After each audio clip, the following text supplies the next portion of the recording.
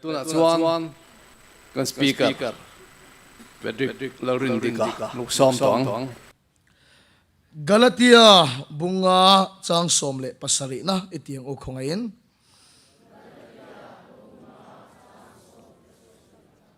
ti sa hian tharau do na lam achak thin ti sa hian tharau do na lam achak thin tharau poin ti sa do na lam achak bok si thin thil ti in tum ta chu in ti thei lo na chung ta chu an in kal si thil ti in tum ta chu in ti thei lo na chung ta chu an in kal si kan pathian tu chia ro la pan kan zata malmin som sak ro se pathian ma ma som ma thil tong tayang lalpa zanina hian imi te rum mi khachina imi te au tho mi khachina nangma be sei tu te in kan ngai bokhek lo khongai takin lalpa ril tram tu chung khat le la ril tram ni tu halan ni ti in khelo khopa rum an lo omani pon I tharau chong khoi har molang che lalpa kan nun hian angai cha kan chung ko hian amamo cha kan ram hian amamo tak meu che ane zania thu imi te ne na puan om tu ri nunga thil ti thein nangin mali som to ti kan khria kha thiam turin khongai takin imi te po bo sayang che I thu kan ngai thak na min ti boy thei kan du lo chung chulal pa tanga chuak ani lo vai kan do da le I tharau bin nang min khoi hat thar leng che lalpa lom thu kan khil che a chung zong chu I suam hin kan dil cheng kan in la ne I chung le kanun kaman ve to a chuan karil ru ina chau kala nei na bertum nia hiat hun hi ka tong to a katak sa chu ana em ani lova mitam tak chuan tum tam tak ilo tong to mai theya ril ru na kun ngoi tia kan soi chin ang kha engamo tila hian ka to ka chu ti ang chen ka om ve to a kanun ka thir le po hian khatiang em a kanun hian chau lai kha tum danga hian anei le to emoni le ka ti ang khopa chau lai hi tum khat chu ka tok to ane cho po kai lei thei lova karil ru a chau em maya ne master kum ti ra tangin rong ka bol de to ta chuan rong bol de program kan lo lak to awangin thul ngot thei ani si lova chak tak ni mia lo hian rong bol chu campaign ve ta se la tum khat chu camping kan ne ya ril ru chau nen camping hau tak nen kangwai hle maya program kha kan lo la sual nge pathian thil tum zok ka hello camping kan nei lai chuan mun danga program pakhat hi kan lo la a ti chon chon huwa thu soi lovin mun danga zok chuan thu soi tur chuan ka chuak ta a mun khana thu soi le ka vani a ai zol khopui bo ruak remove mup nen traffic jam nen kholum nen chuan keima kha min met chau bel kho mai chau in ti takin camping na hun ka theng le ta tai chopo ka bar pe lova ti chon sang in khom kan nei le don chon mo u nau te o zan thu soi po chak na reng kan hei ta lova kan tim te ho pula chuan ti hian ka soya kan camping bo rok a thakhat to thowa chuwang chon sang in chu thu ka lo soi lo pha mayang tui takin lo han sai pui phot mai ro o ti in ka cha thu soi tur chuan min du khop maya ne ma sela min nial ngam si lo an chuak phek man chuak phek maya kai chu ka muran maya tho ka tum mya lo maya re mo hi anun hung bera chuaka speaker hoi khat chia chu pathian lo ron le te o ati min kal san ta ni ka ngai tu na ver na khop maya thu soi tum mía lo chung chuan lalpa chu tum khat chu karon le ta ni ma sela ka thin lung chu a hian odam tak mai hian lalpa hian kami huna kan an ding ve top tur hian min ti ni in ka hria tin chuan thu soi tur in bo sai po nei chuang lawin a poilo ka ding top mayang ti chuan sermon hall lampang si ka pan chhota tui takin an lo zaya an tui zia ka mu te chuan thu soi tur ka din ngot chuan ka ti chaw mayang ka ti tui lo mayang ti ka lau khop mai ni ma selamo unau to zanina in ka khil du chu chuai ni khatiang ang khakanuna hin ka tong le to ngai lo khatiang ang alal pa impon na ka tong le to ngai lo ni chu ti chon zai anan khoi so chu ka chutta ka chumin ko lo thai lo ti chuan ka ding chuak ta thu soi to reng hi ka khelo ba ka bible chu kan keu ve ringot maya ka mu chu juk chiam mai ka tum lai chuan amakani o pon lam atang pon anin ka khelo ka chung lam atang hian tharau thilim kha aron chetat maya hallelujah lalpa su fakilam ro se chumi aron chet dan chumo ammak lutu tak sa chet nang zong pon ani em lo ka chung ri la hian mo he khoveli na min pek thei me lo min an nema min nem thei me lo ka chung ri la tang zok hian lim na danglam tak mai aron chuak kat mai chung ri la tang lim na ron chuak chu danglam khop mai tiam bible ke en chu ka lim em mai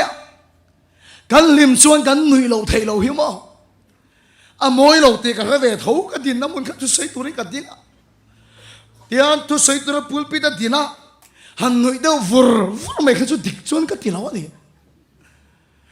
mak lu tu kai chu ka ton nge chu ne lo se min an thil ton chu min khil se ke yang mi mol chuan ko oi lo mai thei ni ma silam makani o tiam bible ka suk en chin ka lim em ma ka hoi chu ka kan nui le thin in sum ka tuma ka suk en de thina kan nui na sa ka chung ril lim lu tukki ka in sum so ta lo ka nui chuak ta hok mai lalpa chu fakilam ro se ka in sum so ta lo kan nui na sa ta lu tuk han chu te sanina hian o en cheu la nui le rot zel bible suk en la nui le rot zel tiang khang ka miang lo che tat mai ne ti chon kan nui reng mai ti chon kem par ho po ka ting na ka to an nui ve ngot mai an nui ve vak ngot mai ti chon kem par elam te ka hoi ka nui le chin ati chadu lo piang ka nui na sa han chang ve alu lo la pia anui za han chang ani chu una to makhi ka ti khop mai kan pathian chu chuan lungai aya him na hiak lo ti a lal pa chuan ka lungai lai per chuan a tharau thar hui chuan him na hiak chu mi lo thia lal pa chu fakinam ro se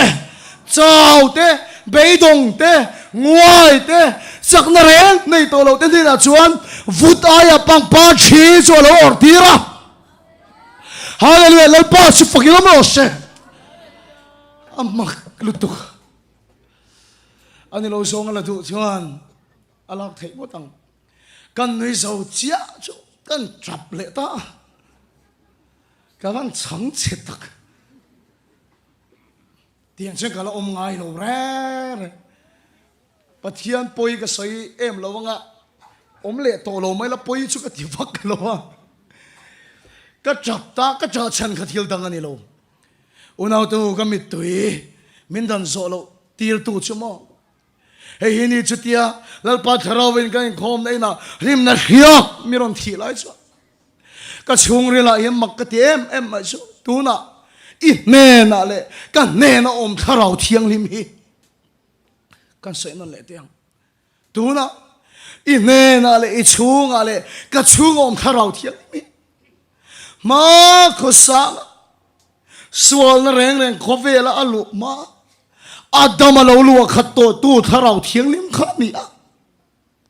lalpa chu fakilam ro se hun le ni te leilung ka chu lo dang lam ma se lalpa tharau chu adang lam ve ngai lo pa Adam alo khat tu tharau chia mai kha Paul dal mi lo in tunay ka chunga hinom ta ni chu Adam alwa khat tu Moses te lo kai khoi tu Abraham te lo kai khoya Stephen te lo ngan den rum do na lo chen sil tat tu tharau chu unau tu nang le ke mitling lo le bibel lo tak chunga hin lal pa chuan Paul dal mi lo in kan chunga alo da ani chu lal pa chu fakinom ro se Pulau inti na inga khada afira sin an chute afira sin Adama sona khobe da lu ma chen chiu tu Moses te lo kai hoi tu Abraham te lo kai hoi tu Paul te lo lo khat tu Stephen te lo chen chiu tu kha nang miswale ke yang miswali Paul dal mi lo kan chunga atharau chu aron cheng ani chu lal pa chu pakilam lo se chu mặc cái tia phú lầu cái tia chu an cái mít tùy chu mình đần rộ tiêu ta lộc chu cái nhìn khom na chuan thà lao thilim uap đó lệ trên chi nó cho anh nó sốt ta em khai lai om tự sinh khăn tu mà hay thầy anh om cái ring lầu chu camping à chuan mít del pati pathian cái soi ngay thà về duin anh om camp về anh om riêng luôn về thà lao thilim chuan phía tắc main trong trai turin min tia mít del trong trai em hi chu a hupur omani ruột te khitang an trong trai mấy te hi chu ngam oma puthara po hian ka kho sik ser mai an ti san trong trai hi chu angam oma mít del li chu a cha bi khat thing ka khia nima sila tharaw chak zok kanuna khan tharaw thilim na thokhat chak zok chu mít del lam chu ka panta lau na chu atel lo ani lo alu chunga chon Isua Krista mingin kut ka ngata lalpa thoi kut nga kal le mai ka tu nima sila tharaw thilim min thuam tu chak em awang chuan ka pen sun thei ta lawa chu mi del lu chunga chon hoi sen takin Isua Krista mingin dam na chu ka dira ka tong trai tamol mol maya chu te ka tong trai lai chuan le min mu thei aron trap chuak ta abulami zong zong an au te te tuar mai chu mi del chu mi ron mu ta tlat mai min mu ani chuan khongai takin ka nar khoi ta che ka ti ka nar ron met chat mai ani le ka beng le lam hiron vuan le te ka ti vuan chat mai ka mui zon chata khoi ro ka ti a khoi le ta ser mai unau te chu mi zan chon chop le chilin lal pa tharau chuan mi del mi chu var tir ta ani chu hallelujah lal pa chu fakinom ro se zani an ka soi du lai ber chai hi ni chutiang ang na sa le chuai na sa chuan chau te din lal pa chon chak na pe ka thua be sei na re nei to lo te chu lal pa chuan ti har thar le a thua kharau thielimen kan nu na kan chung ko kan rama yan kharau mi del te mi var na min pek le a thua a kharau chu na sa takin kan ne na hian in puan chu du me ka ne lal pa chu fakinom ro se impuan cha du me ka tu na pon na thok me ka de ni ma sila bible chang kan share kha he ti sa hian engang na sign tharau thialam churon impuan du ma se ado ve tlat zela ti sa chuan tharau do na lam acha ka tharau thialam chun impuan don tum ngat ma se inuna in chung kwa kan rama ni ma sila he ti sa hian lalpa tharau ron impuan tum na chu ado dal tlat mai zela mania Tripura roga kan sina ang pastor pakhat chuan melo khila Fedric TV Home Crusade laya Mizoram khorkhang thanga tharau thilim na tho a then khan ilo khelo wange he ta Tripura thang dung lam poilal pa tharau chuan menon fang ani o nima sila zo du se ka nei engateng khateng ang khopana sa lalpan atharawa na thoksi kha Mizoram mi pui hian in ti top le mai le kaini Tripura lampang omte heta Manipur omte chuan Mizoram he kan Jerusalem khopuya kan ngai chewa tharau pur cho la turin karon kalang kan ti lai khatiang ang khopana sa lalpa aronim puan pon in ti top le maya ti hian min zota a chan reng chu pastor chu ka pe thei lo u nau te om sia choi hi ni tu na chuan soi le se la kan na ya har na te chu kan tongun tuk kan changun tuk ni ma sela eng ma kan ni puilo te kan tia ni ma sela mo eng ma ni puilo tu ra top le tu ren lal pa therau eron im puang reng lo wa bulatan to cha top khenga lal pa chuan na tho so adua amma ero chu ke ni ti sa na sok te kan mi hin na zok te hian kan nu na lal paron in puang tur po hi voi tam chu tharau thirim chu kan lo ti lungai thina kan lo do dal thina tharau thirim mayal chu voi tam tak kan lo ti mit le fo thin zo kan ya chu mi tam tak chu soi le se la kan nei chen unaw te tu na point kan rama hian lal pa hian na sa takin na tho atu asin lukabung som panit sang som lile pakwa chuan he khovela hian meyal khak tura lokal kani tharau thilim na tho na satak he khovela alo then theinan I suwa chu alo kala engtika nge kan chung kwa then veang engtika nge kan rama then veang engtika nge kan venga then veang camping so kherem ni chong thum nei kan ke manga emni han sot lok teang mi chen kha thanem ngai chuan Christmas thengin kan kem tak mayang cho tiro an ti sia maya ka thin kherdon emni te ka lo ti fiam chin unaw te kan rama in har na ron thleng le setin mi tam tak chu na ngaya an tong trai chin he camping apo kan kem fe ko nuwa chuan kan chairman so yang kan rama hian har na po aronir chuak le maima na ti be sein kan tong tra ya kan ramin tu na hian mi tam tak chuan rang va mo lam akhira ai me kani engtika nge ti hini kan en ni ma sela bible kangun takin en te he khovera in mai al khak tu lo kal kani engtika mo camping so kherem ne nilo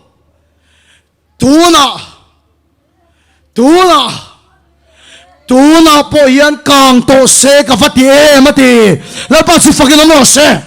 akharao mayal chi me na khen adu reng to akharao thilim da to chonin chung kwa ron lu khung cho adu reng to halala pa su fakin no se akharao mayal chon rang va mole phun song ai zol mi soram song su tuna hian kan me ka du kay mani lam zoki kanin pay lova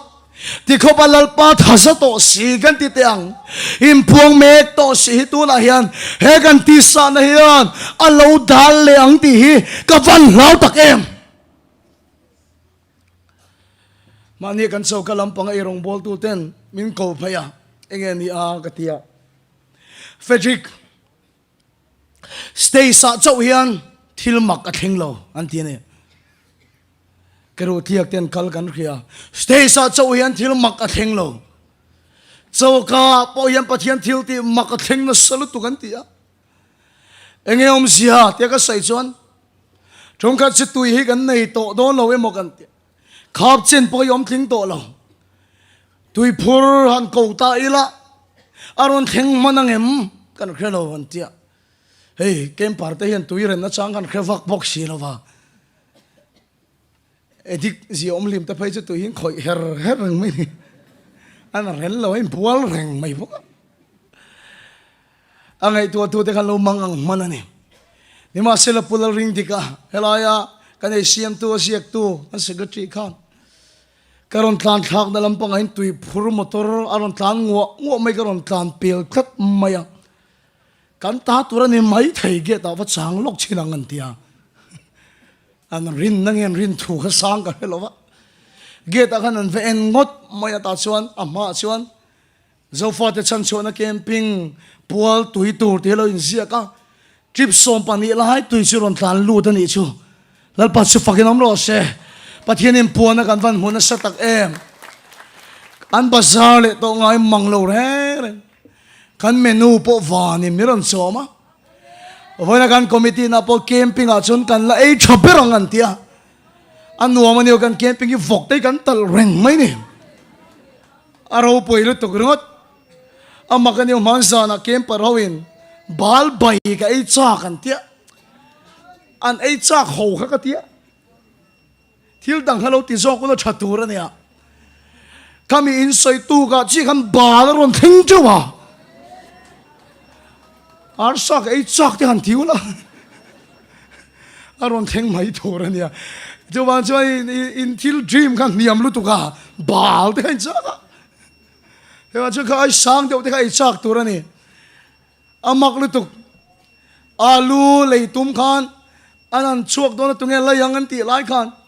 alu bag so mà rong khen á, purun sen po, chini po kan lấy man ngay lâu, kan say tu per lại cho mo, helai lalpa impo na sat, zia ka say tum ai chuan, thì kopian lalpa yan, kan nun kan chung ko le kan ram hi, kang to se tia. Ama sokin na aron thok meka mi tam tak thinlunga thua soi vel meka lima sila tumlen ka hlaw em mai chu he kan ti sa na hian lalpa tharau na tho tum hi alo dang le anga alo ti bit le anga tharau thiale mi alo ti lungai le anga ana tho tum hi alen chuak lawang ti avan hlom tak em tuan kan ram hian ama mo chu Tuna po iso trong kam takin kang to se ka vati e mati kong ran tin churon kang thar le se sarkar pisatin churon kang thar le se kan chung ko thewa chuan tharau thili mail chu lo kheng le ro se hallelujah kan chung ko thewa kheng le ro se unaw te amma kasin iswan na thotum dan he arvila ti kan som tir te khan michen khat chuan assembly house zokila secretariat zokila ten tia ma se iswan na thotum dan hi amak lutuk khosak mi fing da po khan he kovel chandam tu ron ti danglam tu ron piang don ten khria Nima sila ani po khan Heroda in zokila anti tak mai ni Heroda in lama chuan luta nima sila ta khan remnalal chuan bulalo than mia lo anrin lo na huna chuan remnalal chuan bulalo than ta soka unaw te o he kan ramdam nan hian rang famol khotlang lalpana mangtat mai hini ro pui ka ti em chu nima sila ka saidu per chu kha naw lo piang tur kha suat tum tu kha achol big tat lo wani tu apon kang ram hidam se mi tam tak lalpa be se tu lo kal tu tai lalpan khoi se kan ti line ka lo ber mai chu tu emoni to lovin kha heroda op tu tharau tho khan tu na hian kan ramalal pa tharau na tho tum hi he kan ti samisia kal tlang hian dal tumin na athok le mek do na so tu chon tu na hian inuna po abei mek don che en tu zong zong tenen so tiang solal pa tharau chuan bible ka keu non le ro na mi khik ta singa tho ma khusang atanga tum renga genesis bungru ke en te hian angai nom ka ti alung chiat thak ka ti a genesis bungru ka chuan lalpa tharau chu mi khing ta ne na impuan na tho atuma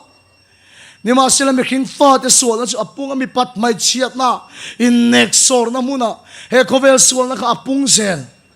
nima sila tharau tilin chuan top atum bik mia lova kei chu min ngai sak lo ma se kalam hoidu lo ma se ka tharau chu mi khing chu a bei kum khwa lo mai thei nima sila kum zale som ni chu hun kala pe ang tin tharau thilim thanem ngai na chuan na ala thok zela Sodom le Gomorrah khwa sual sia po kan khria nima sila chuti chung po chuan lalpa chun impuan atum na athul chuang lo me chuti zatal in lam le tan lom chuan kangai damanga kati dam leang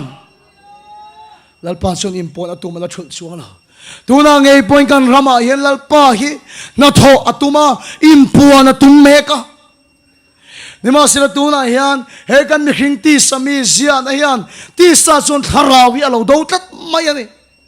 ani dan turang in in puang thai lawang ti sanina hian ka hlau le ka u chua pui ber chu ni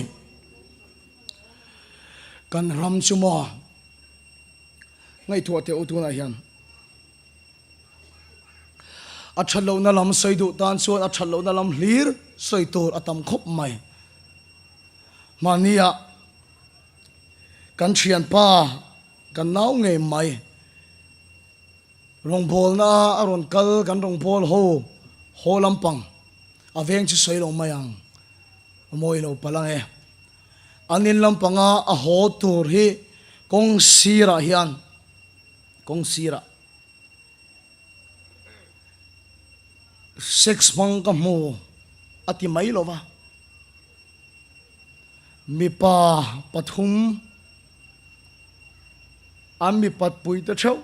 an vai chun paru kan ni chu kong sira mi pa le mi pa aper thumin sex an lo manglai hi amu thu saya ikha chiang mo in khotang khoi tu ten an mana an hil chem ni ka ten ni lo kamit ngeng ka mo ati ni unaw te tu na hian ka trong trai na le tu na he camping atan po hian thanem ka ngai em na chei hi ni covid in Mizoram min noya covid awanga kan chho thailo tir te chuan chho kan chak zek nema sila chho arem chan lo awangin mitam taksu in lampanga kan siam rema kanom hetani ti chuan in khom a thei talo kan thailo ani awang kan soya 50% in khom chumi no vain khom sai thailo nema sila mo tunan kan ramdin mundik tak choi hi ni in khom thei chanem ngai takin in khom turin in som mai la kan chairman soyang khan khati hun lai kan sual hian bu alo khwar net man lutuka biakin dari ta chon mi tam tak ya khoi chetat to lo tum tanga chon kan dam lo ani pon biakin dari vol te hian dam lo awanga kan in khom thei lo ta chuan hreum min ti tir em mai sela tuna chon mo kan khopui dunga an tan kol te chol ni zan ni adang lam to chuang lo thole ni zan le chol ni zan ni dang lam na pakhat pam to chuang lo chu tiang chon tu na hian covid in a hong kan rama hian sual na in bu a khwara kan thilunga cholol vel meka covid nuwa chia hin an ente u kan ram sual zia nat zia that lo zia lirin kan phone kan social media alua khat vel meka unaw te tharau thianemin na thot na sat ka tum ma se mi pat mai chiat na kan punga an puing kop na lama kan thang se la corruption lama kan punga roi thei thil la chu atam chho em mai le nga la chung ko tam tak kan na kan room vel mek tharau thianemin pon na po kan ngai thei to lo wa biakin lampang in khom te chuan ke ma ni hi min khoi to lem lo ani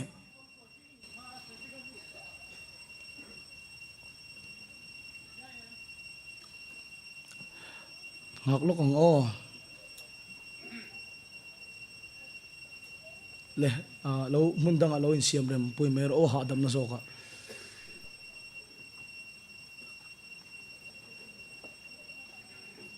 ale thade khan kal pui ula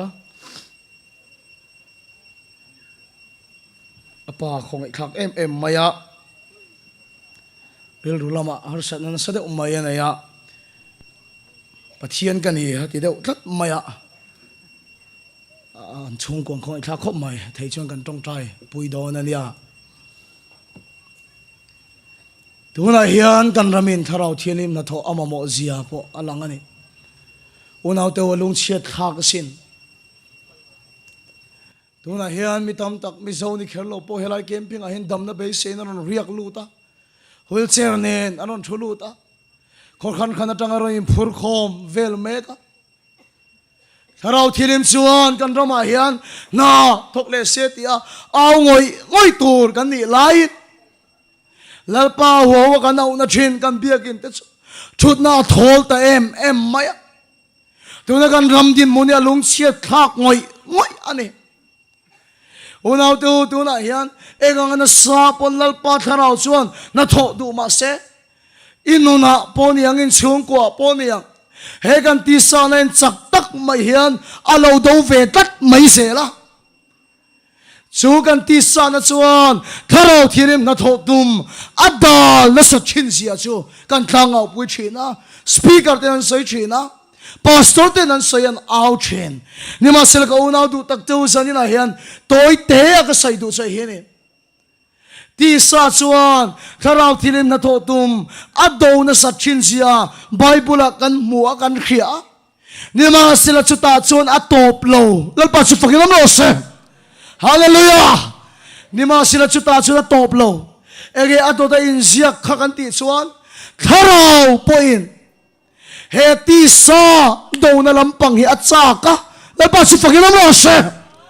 kharau thirim po hian he kan ti sa na do na lam hi atsaka he kan ti sa na min ti tlom saka nasa ta karon impuana kharau thilim na tho hi ron lam ti le tumin tu na hian kan ram le avela na athok me kani ti sa in kharau do na sat zia kan sai chen ni ma sela king ba yani aveilam chawani kharau poin kan rama kan ti sa mi sia na ti chimita isor krista choi moi turin tu na hian na athok me kani ti sa poin kharau do na lama chak ti sa poin kharau do na lama chak impuan na do na tho adu kang to se du hallelujah lal pa su fakilam lo se ti sa poin kharau do na lama chak unaw to ta chuan makkati em mai chu kai voi tam tak hi rong bol tu kan i chung hian a chang chuan rong bol na phasan du lek leka kanun karum chang hi oma in ni vem ka khelo rong bol tu te o ngol vei te o saltana nei zong ka ko khom vek maya ti chuan chung kanun beidon ziate thil tam tak chu ka soya ti chuan zanina hian adu to lo chuan kan tim in chu sananga tang danga kal to mai ro ti khoba he speaker hi achau chang kanai thin achau chuan he ti san khovel hi min hip chang voi tam tak kani ka chalai pui te anun ve mai tu chang kanaya ama chuan rong bol na ro pui tak nei te chu kan thalel thin ni ma sel pathian khoi na zara lalpan mun thang thang a rong bolim min khwaya rong bol na ringot a hian chol na om lo zia hi kadai khia mi tam takin lalpa kan faka kan lam mup mup na te chun anuam ni ma sela chu ringot chuan nun chung rel tui hal hi alua khat lawani ti ka mu fia tel mai chuta chuan he ti san hian keima lalpa tharau khiak thina ka don po do da hal tur zongin chan alak ve chang om fo mai ka kumrual pui te nga khosak ve mai du chang tum tam tak ka nei chak lo ta ka ru ma ka kun chang po hi tum tam tak oma pathian khena kha chiang bera atu ta sen kan tim te hian ka chak lo ve thin sia hi chamin mu pui ani ni ma sel unau du tak tu chutia nga chawa ka kun lai po chuan makkati em thin chumo kharau thilim om pui ne ka khetlat thin ani chu chaw ve bok e omem ngoài về thin rum ve thin e omem beidong ve lek to e omem chak na be tham to tak e omem unau tu chutia nga ka rum ka ti sami sia aron chak em chung ko po speaker an pa speaker nilo ang tak maya hetang vali khosak chang to po kom chin mi fam kim kani lo silal pan khechia kani ni ma sila chu teng ka kun lai po chu una tu makkati top the lo chu kharau thilim om pui ne ka khetat mai zela ka kharau thilim om pui ne ka khiat ka zai khoi tu ra om pui na chu ni mi alo tu sai tu ra pal pa khiak thina ni lo una tu chu ka ti sami sia min do sak tu chuan kharau thilim chu nasatakin kanun aron in puang ti na ni la pa chu fakin am lo se ti sa in kharau do sia kan soi ni ma sila kharau thilim po hian kha iti sa na kha do adua ti tom sak che dua inuna iswa choi mo ya dua ne na chana dua sin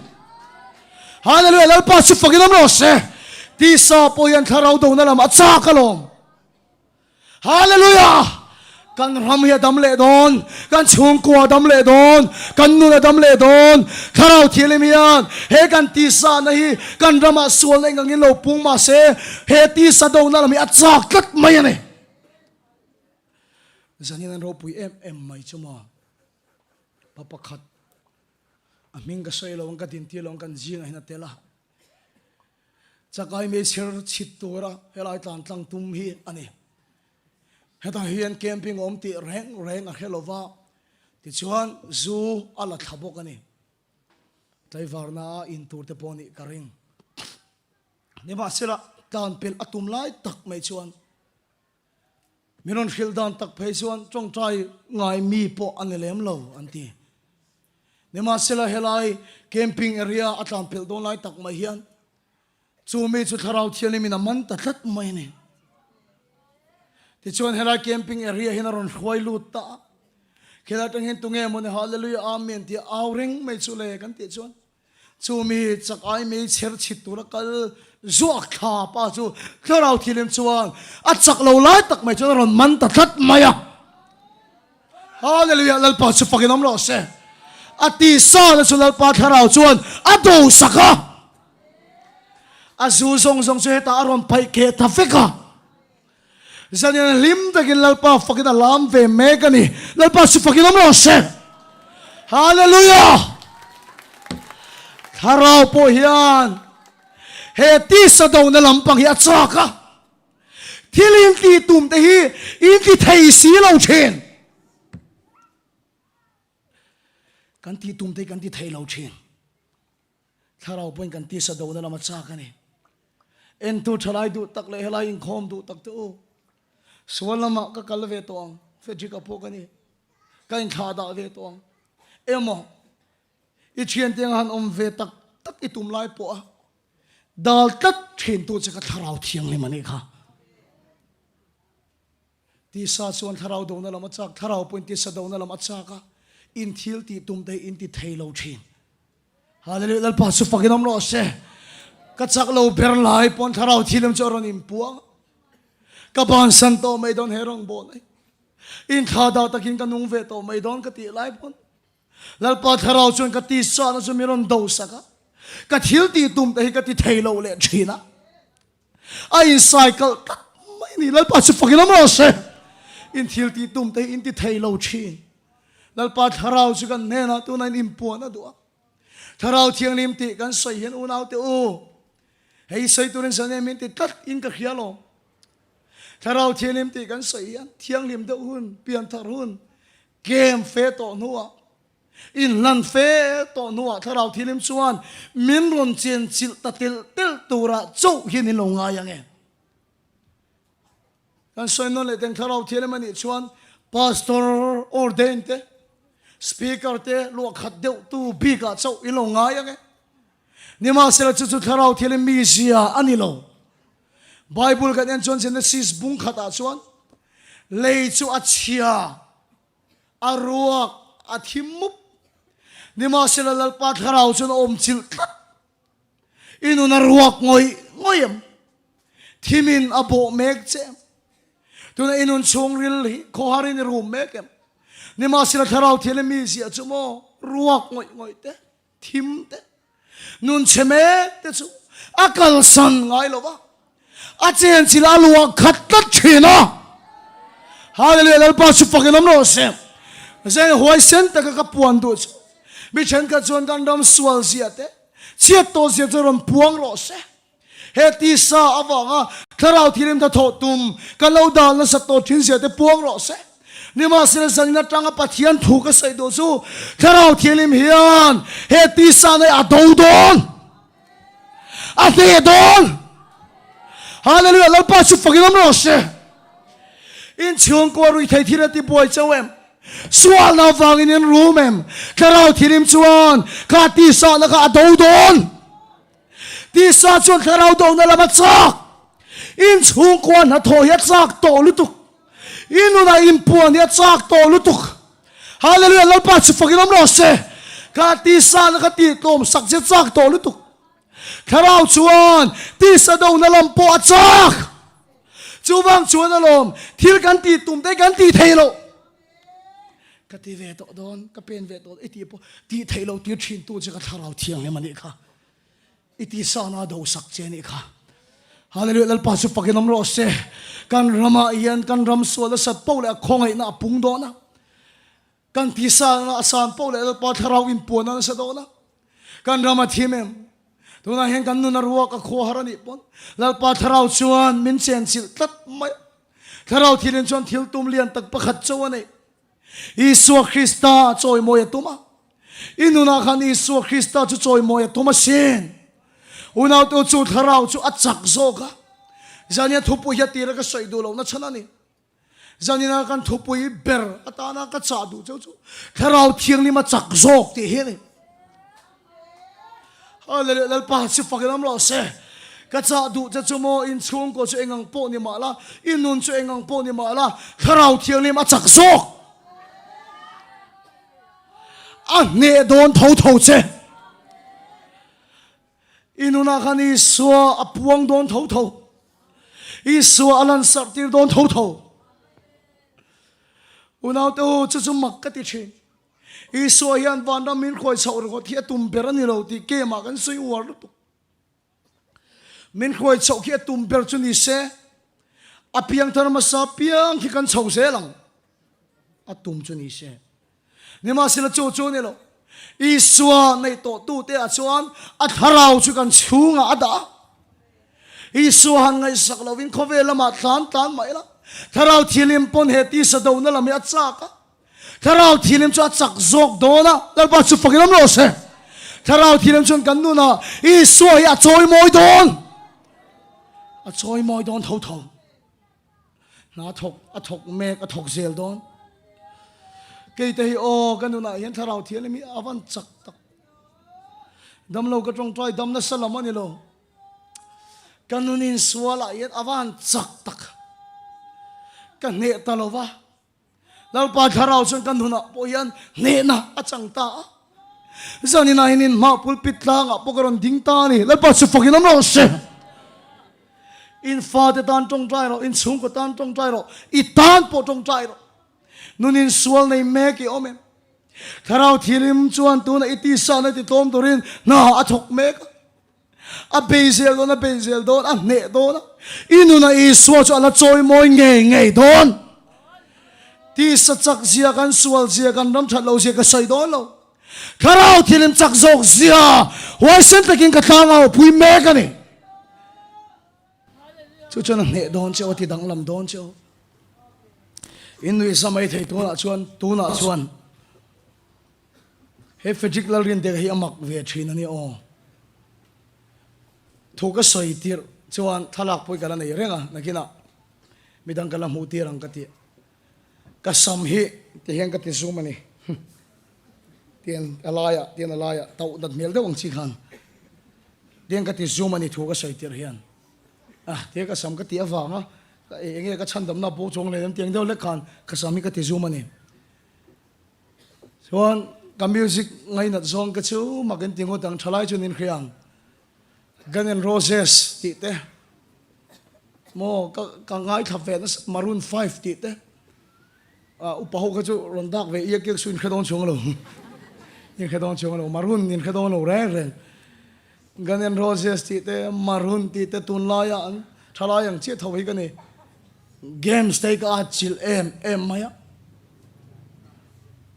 kan la noi ve thin zia chu ti mangin kan kal dai to re mo hi ron le na tuma ke khan games ka khel du boxi speaker kan ya deputy speaker khan miron mu tuma kan ning em ending kan boom kha ka to lo ka chen pa ni na games kan khel du wang kha ni tu na chalai ho in a games an edik ang ten games sika edik ve fo mai an music ngai na zong ang song song ka ngai na vek an sam ti do da nin ka ti do ve vek ni ma sila mo una to o chu chu kai ma dik tak kha ani ni ma sila tharau thian ni ma chak zok tharau thian em kan nu na ya chak ta zoka kan nu na ni so yaron choi moi ta zela particularly de ka ti sa na chu adowa ado zela angai na zong po dawa daw zela ati dang lam zela lalpa si fakilam lo se amak luto entik lai nge kasami kalau khui pial ta ki ka khelo reng ka khelo tak entik lai nge love song hi sola ni ti chung ka fa kok chi chung lo entik lai nge love song hi ka ngai thak to ngai lo hi ka khelo reng un hau te u pitam tak chuan lalpana choi moi che lalpana choi moi che e thei to bin rong ka polang lalpan min la choi moi veang ten ti chin heya dik lo ning ka khia lalpa hian min choi moi ngai lo ke mani i suwa choi moi jok chen fajik lalrin ti ka mi khin na hi a choi moi reng lo Allah kak lo lutuk ni ma sela tharau thiale ma chak zok hallelujah lalpa su fakin lo se kan chung ko tin mun ai tharau thiale ma chak zok zongol vai fa ve mai chin ka ni kapan he chu soiro min titlat kapan zuin na sat awangin poli lek kani lai tang kanu le pa anin chena kapan anun asim du sielo tiang chuan unau pani lek bai vai takin kan khosa pangai taka en kol na kanun min pek du ma se kan chung koin asilo awangin min pe thei chung lo ni ma sila poi mo em ma che hi tharau thiang li ma chak zok hallelujah dal pa su fakinam ro se kanun ai ne na chang se la engang chung kwa ke chia po lo ni ro inun chu engang ka kholo win lo mang to po ni mala swalan ti engang na sa lo dai to po ni ro Genesis bung ru ka kan an pui in kop na te ei ruk na re sual na khang khovel akha lai pon lalpa chon ka tharau chon mi khing chu kum khoim be lo mai la kum zale som ni chu ka la beyang ala ti fan ani iso kristaron lan ma pon kum zale som ni chung lalpa tharau chuan mi khing te ne na impo na tum na chu ban san na tum lo ania mi saramen kum zale som ni dam theng kanom kan tam ka ring lo iswaran kal nuwa pe chon unaw tu tharau thilim hian aban san ngai don lo cha hallelujah lalpa chu fakinam ro se inena na tho atum ya chul san ngai don lo cha chuwang chuan in chung ko inuna engang a sual na poron thang don ma se tuna yan lalpa tharau chuan a hun bia na inena a thok chan meka iti tum te ti thei ta lo lalpa tharau in inena impo na tum meka ni inun chia ruak le thim ngoi kha a chen chil cha inuna eng tak mitin te eng tu Isu Krista chu ron lan fia tira choi mo ya tumani lalpa chu fakinom ro se tharau thiang lim achak zok tharau thiang lim achak zok top dan he ka soya enting e kanuna kan chung ko chon tharau thilim chu na zalen takin aron tho ve thayang zalen takin enting eron tho ve thayang kan ti chana hi ni unaw te wa harlo lalte pani na bunglia khan Elisa khan mai thai nu atan pui khan i bel song balaro le ati nei thlem si i chenom te bel song va ho la ati ho ta ti chuan a khiak bur tang chuan a le zel a bel song a khat a chenom te bel song a khat ta vet kha khiak kha kang ngai lova bel ruak zok ina dai lova ni khiak kha kang lova bel ruak zok ina dai lova ni unaw tu tharau thianin chumo mun ruak kan pek na pianga chung khat turin in pe renga hallelujah lalpa su fakinom ro se idam chung zong in tharau thianin na tho hi inuna akang ngai lovang nangma zokin mun ruak ipek phal na zela tharau thirim chuan a chung khat zelang che a chung khat zelang che a chung khat zelang che a chung kha na che chuan i suwa choi mo zelang tuna hian that tum thei se lo sim thei lo ti to lo tum ti lo thei lo kan di kha ni ma se sen ka som do che tharau thirim chuan iti sa na ti tlom sak don chia inuna i suwa choi moi don chu tu cho mun ruak ilo pe phalem tu na hingkan rawa en tu song song ta pon ka sei mun ruak pe phala piang kan hela lalpa tharau chu achung khata in puang zela ne ma sela mun ruak nei lo ten he na chon in puang thei lo achung khat thei lo na thok thei lo lalpa tharau na tho chu kang don lo lalpa chu pakinam lo se idam chungin innun na ta ni lalpa tharau na tho chu ai in pe reng don nang ma zogin mun ruak ipek phalna pianga ai in puang zel don ka thar kan kem tu ra hian lalpa hemin huna hemin chung khat lalpa ka tui ha lani lalpa ka ri la drama ni min chung khat iti ngam na zela tharau thirem chu na chung khat che ati tlom che na i swa choi moi sel don ani hallelujah lalpa chu fakinam lo se tin ka khai kho mang tum khat chu tharau chelim kan ne na im puanga lalpa hian khriak thi che ka du Eliza chunga khriak thi na ka lei angkha inena po lei ka du ti pathian o hi ka dong ani ka special mi lo ka soi zo wan khmayang Eliza chunga khriak thi na lei ka du angkha ka lei angkha inena po lei ka du ka Eliza tharau chan angkha baptisu zohana puna changa tun huna tan hian ka Eliza chunga tharau ka lei angkha inena lei ka du ti pathian o hi ka dong ani ne ma se Eliza tharau chan ang chang baptisu zohana kha thalera kho sa ni chu fia tak main kan he na soi tel awangin lalpa thaler em a kho sak chu ga suam lawani thalera chom pathian lo chu biak to rom lo ka mun kho hara aw khalalpa ka suam lawani ka nun fian rial lalpa nen chu man top mai chu ka suam lawani ka tia wangin ka ai lowa ka obok lowa ka thei su ngai sak lo tumin tran kala ni niwa selami ten pathina ma mo na anasa em ma trong trai be seron kalte ka muwa ka tui halta ka trong trai ta lalpa khoi takin khriak chumin thiro tin pathian ka awa rang takin ka thinunga lalpa o chu fia tak mai na ron thlenga lalpa chu na thutiam alam le to ngai lo ti ka donga lalpa chu fakinam lo se ti chuan lalpa thu kan ni na ron thleng leya in phel chuan wana po phelani do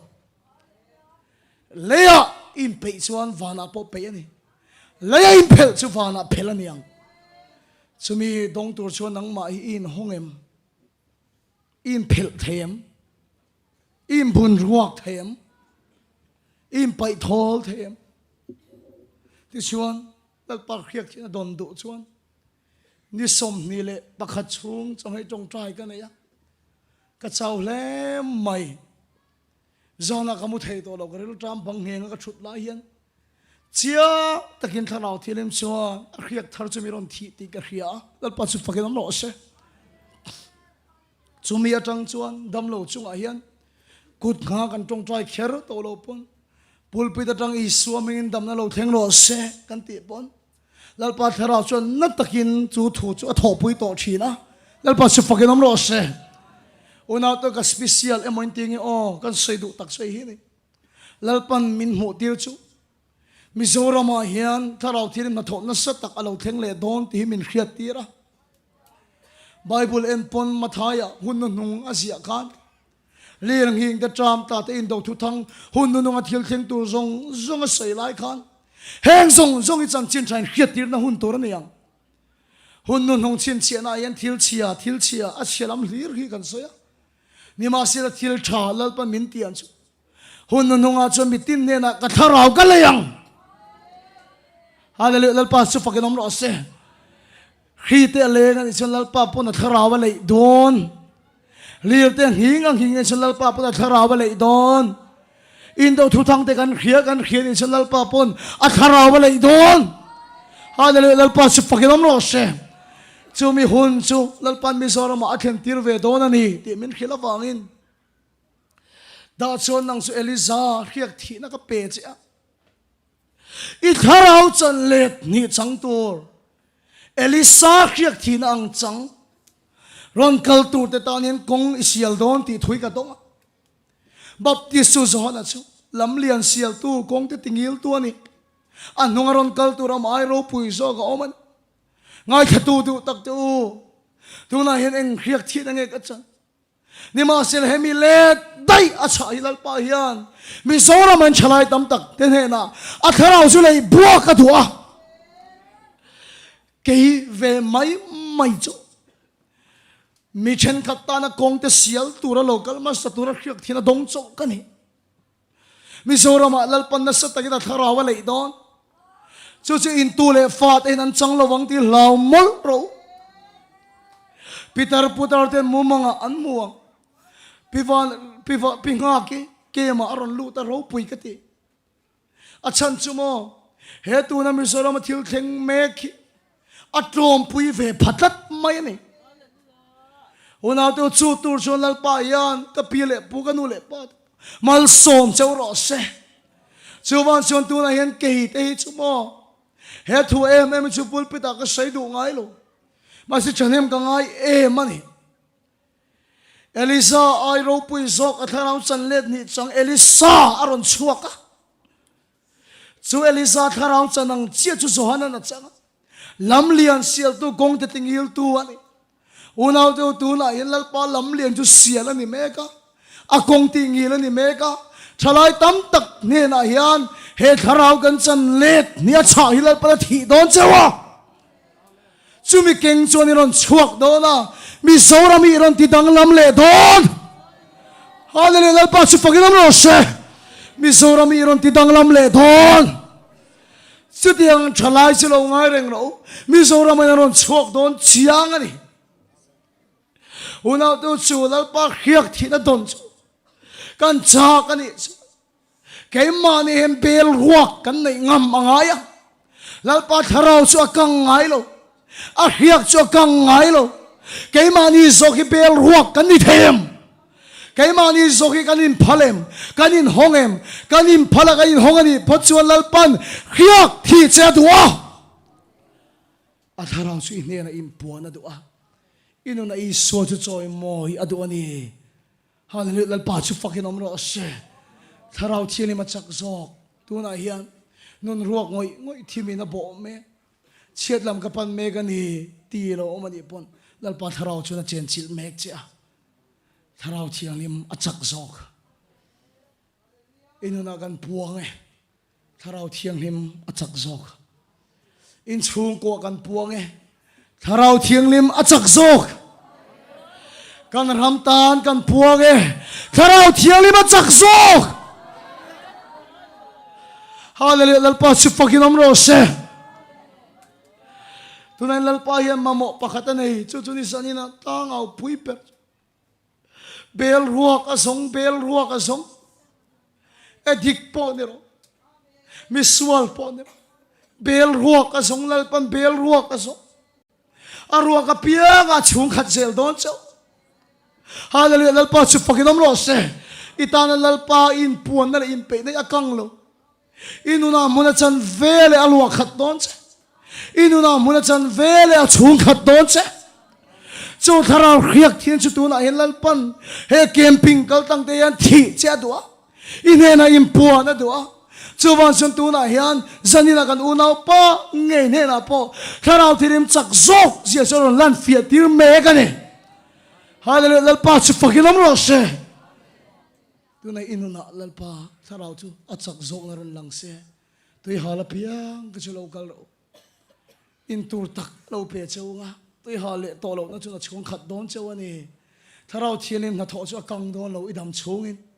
tharau thialim chu itan ai pe reng don nangma zo kha bel rok iningam em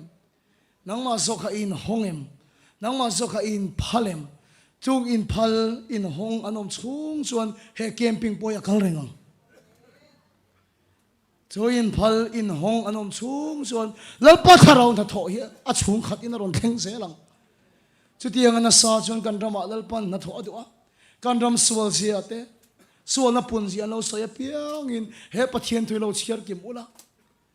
tharau po in ti sa do na lam pang hi acha ka kan rama hian sual hi aduang ngot chun a che don lo thilin ti tum dai in ti thei don lo hallelujah lalpa chu fakinam ro se ti sa in tharaw adawang chin tharaw pun ti sa nei adaw do na kan duang ngot chon kan khosa don lawa kan ramain I so cha choi moin om don ani kan thu soilal pan kan satan malmin som sakro se pathiama kunin trong tayang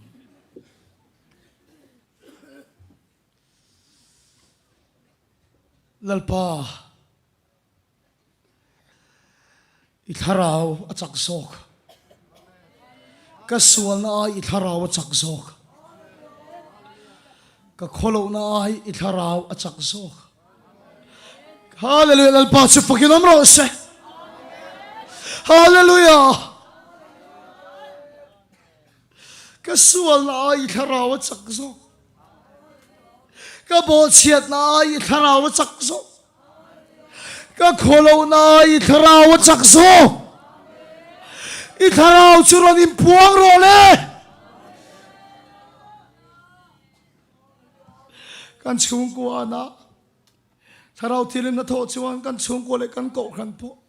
min kal san mek ni ten kan soi china ni ma sela zi tuak lo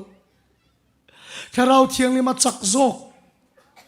kan ko khana tharaw thirin ma chak zok kan chung ko tharaw thirin ma chak zok hallelujah lalpa chu pakinom ro se zanian ke ma nge me lalpa I khiak thina dong tur chuan ka in la ne ke ma nge me lalpa I khiak thina dong tur bel tan chuan lalpa ka in la ne I khiak chu min chung khat le I tharaw thil ti then chu kan in chung a ron then tir le ang che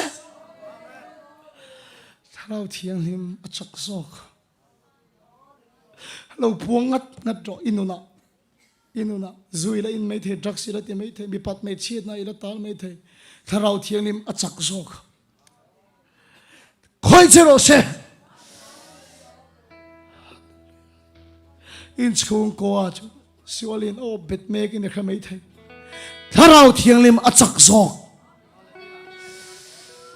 hallelujah gal pa su pakinam ro se khoi chero se pa kan lo me itharaw chu min chung khat la itharaw khiak thar chu kan singa le bolela ril tram tu hala pia nga chu chung khat zerang che in da tho churon lan tiro an na lai zong I so Krista min thu ka pe in na lai ti so min kan hawe tu na Nazareth I so min in na lai zong chu lo dam ro se tharaw thian mi khoi chu ro se hei hoi sen takin lalpa kan au chu tu na ka sual na ai tharaw thiang lim achak zo una te man ni kan ke matang mi nga mo za tan tlan chuak an tlan bo len thelo reng re lu le kan phal to lo pon so lai get bula an mutat mai min lu ti le to lo mau la he ta hian kan piang thar tho wang an ti tlat du chon tan pho thei ni ma se an duang in an tal thei to lo an nu na tharaw thiang le ma chak zok hallelujah lalpa su fakin am lo se camping kan chho san an tum pon an duang in an nom thei to lo an thil ti tum da chon ti thei to lo tharaw thiang le ma chak zok kan chho ka khovel chen le an tum lai pon tharaw thiang lim a chak zok hallelujah hallelujah chak ai mel cher chit tur ka tum de ne na zula mek de ne na pon tharaw thiang lim a chak zok inuna khani sual lai tharaw thiang lim a chak zok hallelujah in chung ko khan in sual na in tharaw thiang lim a chak zok khoi chero se chen chero se om pui chero se e hun nung to ba in be se na petur chen lal pa chon thil chalo ni rawin thil tha ngai to be se na pek che du tharaw thiang ma chak zok do puang ngat do tu na kan tong trai pon puang ngat do tharaw thiang kan nu nai na chak zok camping kan cho tum te apon an tumang nan thailo tharaw thiang ma chak zok tan bầu tum tu tên là nó thấy nó thà đâu thiên mà chắc gió in chung qua khăn thà đâu thiên mà chắc gió cần ram trả lại tên là hiền xóa na in thà đâu thiêng lim à chắc gió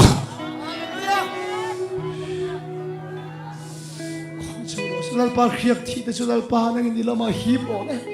helai muna hi ni khiak thi tam tak churon khoi khom ro le rang mo mo la hi ni khiak thi chuan thar elisa khiak thi nang chang tu tu na chu ron khoi khom ro le lal pa ron khoi khom ro una lu tak te o trong trai wo na rot ka du elisa khiak thi nang tharau chan let ni chang he mi soram ti dang lam tu tu te chu aw bil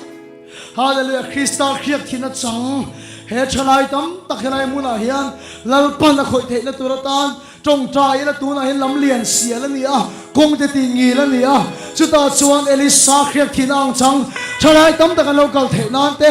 chu har na lalpa thil ti thena trom pui thei tu tu nu le pa tam tak pitar putar tam takan om theina khong ai takin tu na hian le chanem ngai takin trong trai hualang ule Hallelujah, trong trai ang ule Hallelujah, Amen. Mizoram ti dang lam tu tu. Lal pa khiak thi de lo chua the nan trong trai ang le.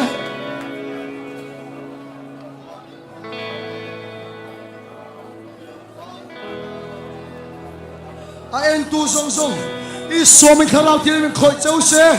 Tu na khan thi mi na bo chau a. Ni ma se la khai khan. Khalau ti ma chak so. Khoi chau ro se.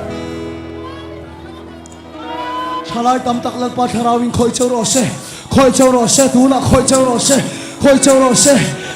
se tharau thile ma chak so khoi chau ro se iswa na tharau thile ma chak so I kholo na tharau thile ma chak so tharau thile chuan khoi chau ro se lal pa lam lian sia la ni akong te ting hi la ni mek elisa chuan te chu lal pa chuan ko chuak ro se trong trai xe là nô lệ bao tiêu trong trai ula cha lại để khởi nan chân thế nan trong trai ula trong bụi thầy tổ đến tí ula cha lại tiêu ảo đâu này lal ba khiết thiên choกันrama khen đón hun nu nong chin chin thiên chia cho này lo lal ba tharawa lại đón tharawa lại đón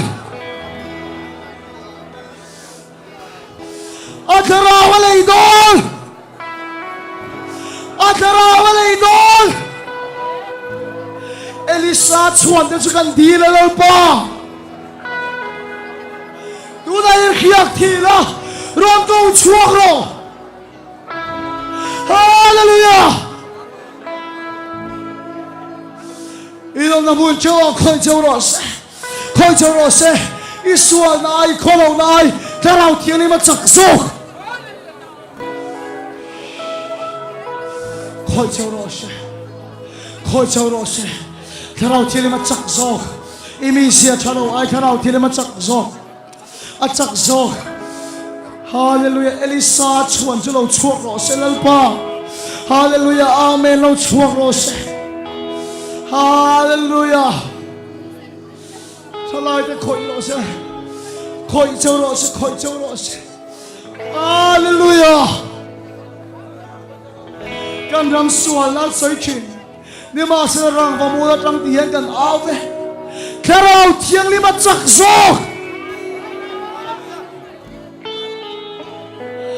in fa te sual na in kharau thiang li ma chak zo tu na in nu nei me thei lo ai khan kharau thiang li ma chak zo zule dak safar nai kharau thiang lim a chak zo Zupawar ai kharau thiali ma chak zo damdoi powar ai kharau thiali ma chak zo Hallelujah lal pa chu pakinom lo se rui thei thil ti thei na ai kharau thiali ma chak zo natin reng chak na in kharau thiali ma chak zo in nat na laya ka chon Isua Kristanu in kharau thialin chuan Isua choi moi ro se in nat na laya ka chuan kharau thialin chuan tu na Isua choi moi ro se dam na lo khen ro se ถ้าเราที่นี่คอยเจ้าเราเสอินนั่นแหละจะสวมิงถูกกันเปะอินนั่นแหละจะสวมิงกันหาเวอินนั่นจะสวมิงถูกกันเปะอินนัดนายกันสลายทีพีไออิรูชะลอยอิตักษานาติมเรงไอคันถ้าเราที่นี่มาจักโซกะถ้าเราที่นี่จะนี่สวดจอยมอยเสดูแลอิสวคริสต์มินดำนั่นเราแข็งรอเสดูแลอิสวคริสต์มินดำนั่นเราแข็งรอเสดูแลอิสวคริสต์มินดำนั่นเราแข็งรอเสดูแลอิสวคริสต์มินดำนั่นเราแข็งรอเสดูแลอิสวคริสต์มินดำนั่นเราแข็งรอเสอินนั่นส่งจุงอิสวมินดำนั่นเราแข็งรอเสอินนั่นไล่ส่งถูกกับเปอิสวคริสต์มินดำนั่นเราแข็งรอเสคงไอ้นั่นตรงเราไม่ชี้นะนั่นไอ้รอนกัลเตอินชีพตั้งอินเกลือแค่อินนั่นไล่ขันดับเตวเลยอาชาโลอธิกโลอโบกอันนั่นไล่ขันดับเตวเลยอินนั่นไอ้ขันคาราเทียงนี่มาจักโซอิสวาจอยมอยเราเสดำนั่นเราแข็งรอเสอันนั้นไล่องโตโลแต่ข้าปะเทียนเราปุยนั้นจบคงไอ้อินบันดิ้งลำโลพาร์เตวเลยอินนั่นไล่แค่เอ็นอุลาองโตโลครับอินบันดิ้งลำพาร์เตวอินนั่นไล่แค่เอ็นเตวองโตมีโลให้ดับเตวข้าอันพาร์เซลถ้าเราเทียมมาจักโซซุปเปอร์วาร์ไอถ้าเราเทียมมาจักโซดำโดยปวารายขราวที่เราจักโซงอลเวงไอขราวที่เราจักโซกรับสนไอขราวที่เราจักโซนัดตินเรงไอขราวที่เราจักโซอิสวามิงดำนั่งแข็งรอเชอินนั่นไล่จะถูกกับเปอิสวามิงดำนั่งแข็งรอเชอินนั่นไล่จะดำนั่งแข็งรอเชบ้านเราพาร์เซลล์ตัวคงไอ้ไม่ต้องตั้งกันตรงใจก็ตัวไอ้ชลายเดลปาเขียบทีนะตัวไอ้ยันลปาเขียบทีดูเจ้าวันนี้อิสุคริสตานีลปาเขียบทีนะจูอิเดน่าเราแข็งรอเช่ทีวีเราไม่ยูทูบมาตรงเอ็นตัวเดนลาโปลปาเขียบทีนะจูตัวไอ้ยอมนักขันอิเดน่าเราแข็งรอเช่เราแข็งรอเช่ตัวละเอลิซาชวนแต่สุนัขมันกูชวกรอเช่ถ้าเราเทียนเขียดเทียนจะเราแข็งรอเสอิสวานั่นเองคนเราไหนแล้วมาเขียดทีน่าจักโซอินหอนจะชูขดังเสอินหอนจะชูขดังเสดำในสวมิงเราแข็งเสรอเสฮาเลลูยาอาเมนแล้วมาเขียดทีน่ะอิสวามิงเราแข็งเสรอเสจะไล่กันเลยนะแล้วมาเขียดทีน่ะเราแข็งเสียหรอเสดำเราแต่เนี่ยดำนักเขียดอิสวามิงเราแข็งเสียหรอเสดำนักเขียดอิสวามิงเราแข็งรอเสดำนักเขียดอิสวามิงเราแข็งรอเสดำนักเขียดอิสวามิงเราแข็งรอเสดำนักเขียดอิสวามิงเราแข็งรอเสดำนักเขียดอิสวามิงเราแข็งรอเสดำนักเขียดอิสวคริสตามิงเราแข็งรอเสนั่นเลยอันอะไรองตัวเราอิมพันติงเราพันเซลเราเลยอินพกเตปว่าอินรูชาโนเต็นตักสันอะไรเตะทำมันยาทีวีเราไม่ยูทูบอินตูเตปฮาเลลูยาอาเมนอักคอมเมนต์ข้างอินมิงเล่นั่นอะไรดำข้างรอนเสียกเลยโฟนนัมเบอร์รอนที่หลังเทงินกับเขลฟ้าอาเทชนโฟนนัมเบอร์หลังข้างอินดาอาเรนช่างเราวันนี้ปุ่นคอมเมนต์ข้างอินดาโดนเนี่ยอิสวามิงดำนั่นเราเทงรอเสฮาเลลูยาอาเมนอินนั่นอะไรส่งส่งอิสวามิงดำฮาเลลูยาอาเมนบิดเลี้ยงเตะตั้งโจ้หุ่นกันห้องบิดเลี้ยงเตะตั้งโจ้บิดเลี้ยงดำน้ำเทงดีกับเฮียอิสุมิคอยเชลอสอินนั่นไล่อิสุมิดำน้ำเทงรอสคอยเชลอสอินนั่นถูกกับเปย์ตัวในอิสุมิตองรอสดำน้ำเทงรอสคอยเชลอสอิดามันเนี่ยเจ็บอับโบกับโบอันนั้นให้ใครเจ็บให้ต่ออัจฉริยะฮาเลลูยาอาเมนแล้วเป็นมันส่งเชลอสใส่รอเลยเวลากับปีฮีอาเบงฮีเอาไปลำเล่ดิ้งลำปังเฮียน่ะเสียงหรอปะที่ส่วนสายน่ะเฮียน่ะชุดไทยแบกโตนี่อาเมนแล้วปัจจุบันเราโน้ตเช่กับเบงรีบก็จะเทเลยเสียตั้งแต่เทน่ะส่วนเวลากันปูฮีจูบางนี่น่ะตักซาปูที่น่ะส่งสายนี่น่ะเรเวกถ้าเราเที่ยงเลยมาจักโซ Hallelujah, lalpa si Pakilam Rose. Zupo wana karao tini macangso. Hallelujah.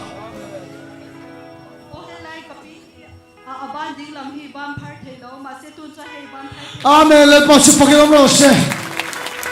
Malaga song Jesus. Mana, ekcingnya partai dolo.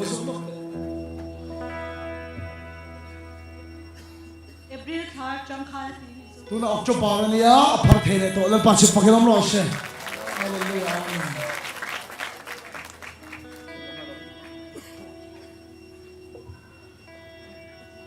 Kapuhi at sukong kanser niya hiyang lagi na charcharat at na tuan na umtolo. Na umtolo kanser ay harap kiri macangso. Malagasong si Pamelo Tanglo si Taksa.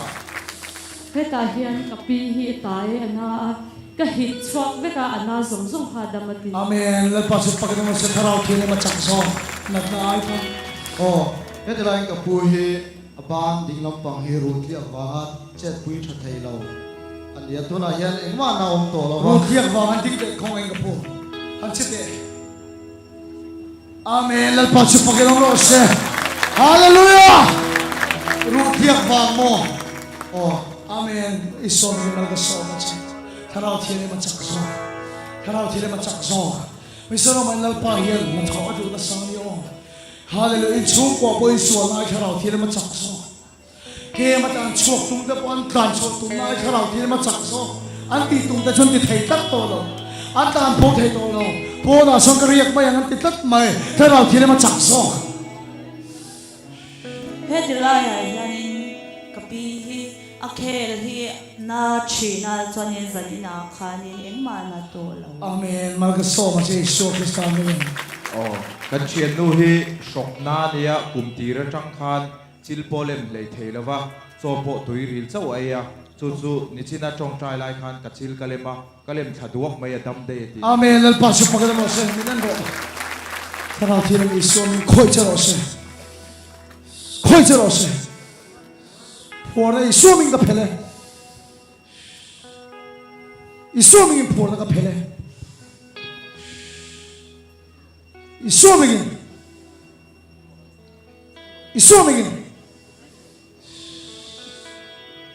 Por tu cakap bangan dia kan, isok lem thai lo kan. Isoming. Tok sir kat tau lai akan awal lai kan. Por na ni bangan dia kan, por na bangan dia kan, por ni bangan dia kan. Idin dua kan tharau cini mendirom bengala.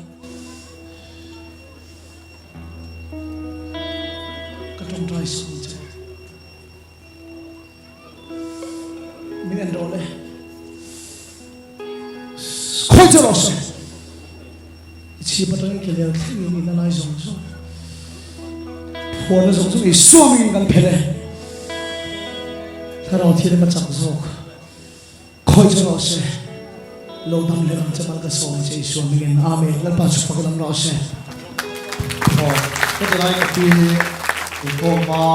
te bokan abek le dilai at home dinglam thahi na charchara zon tong trai lai khan ro dam vek ti ni chu. Malga song che isoming.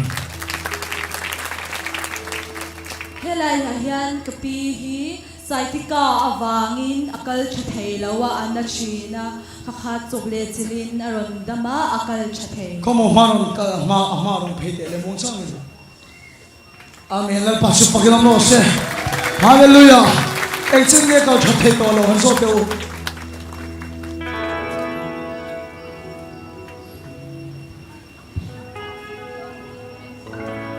Ahunta ka soi thei no lo Aray to. Minan ro tharau thina khoi charo se isoming. Kal dijak te le. Kal thathei to lo. Kal chak lo le. Kal chak je lo le. Dan te le chaklu tuk lo vin. Chaklu tuk lo dan te le. Dan ro le chaklu tuk lo vin.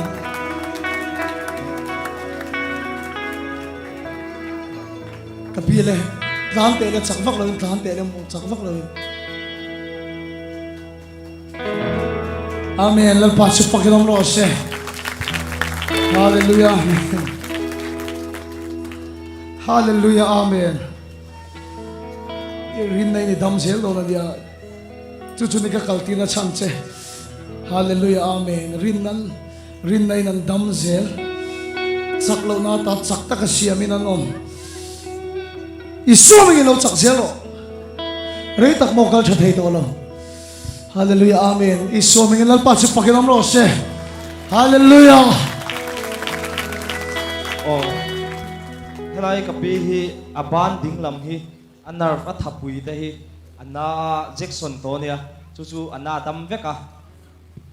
chuan heta hilai kan pi hi akong te a om te ran nung se an dia chung navel chu a re vek boka mal ka so ma che isu mi hallelujah amen hallelujah amen amen helai kan thempa hi athin na le apum pui navel a re vek mal ka boka so ma che isu mi Hetilaya hianin kapi hi ni kumachangin ako nga na to a chu zanina khana re vekani isu mi tharo thian khoi charo se mal ka so ma che ka chung tra yang oh kan nat na ain lalpa kan ram hi adam lova mi ten vi so Krista thilti thaina le impon te mu mi so ram local om sok takhi ke ni so khidam na be sein ram danga kan kal zen kan ram a hian kan nat na ain tu na hian tharau thian ma chak zo kan ni ti kan puang e HIV pun zia rui the thil min ti boy sak zia den se rui the thil chak na in tharau thian ma chak zo isom min tharau thian na tho chu lo theng zel ro se Elisa chuan te chu ron ko la ko chuak lo lan pa Elisa chuan te chu ko chuak ang che hallelujah ikhil thian chan hena le buang che palom thu kan khila che isu Krista min kan dil chen kan in la le I zanina hian dam lo tan tong trai bishing in roman na chuan rilwa umri lova amai lo chulal pan te khopin na tho alo du ani kan chairman hian eng tika nge dam lo tan tong trai ang ati pathian ni ani ka ring kanin tia ni masela zanina hian lalpan thil tu manaya he tu na lamlian sial ni le kongti ngil ni me ka hian lalpa khek thi daron pen chuak zel una ifwan khomi la rang bomola hian pathian ram chu mi zorama lo theng se chung tina kan nat na le kan sual na ai tharau thirim chak jok sia chu mi zorama hian ron lang se I suwa chu na sa ka choi moin lo om ro se naktuk chu no dar khata eta in khom na kan nei le do na zandar saria kan nei le don bokane thotan chu camping lu kha ani le tammaya thanem ngai takin heta hian lalpa khriak thina dongila bel ruak te lo kal khom ula lalpa na chung khat selang cheu lalpa fak du te ron kal ula lalpa in pon na be se te kan kalanga zanna tang thok pang ani tu na po kan na du to ni kang zel ro se lalpan mal som cheu ro se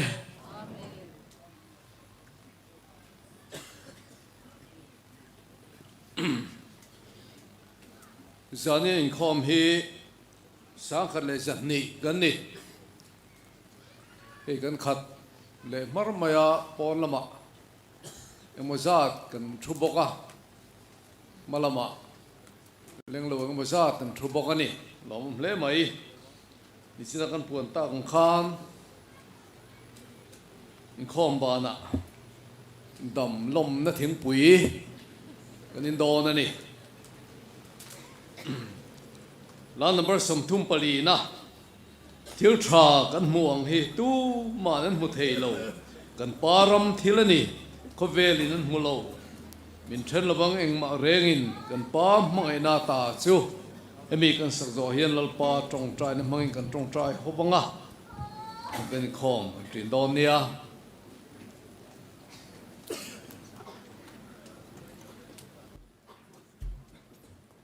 check hello hello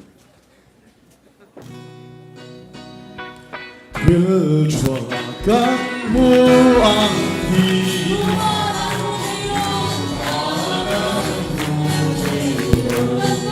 subscribe cho kênh Ghiền Mì Gõ để không bỏ lỡ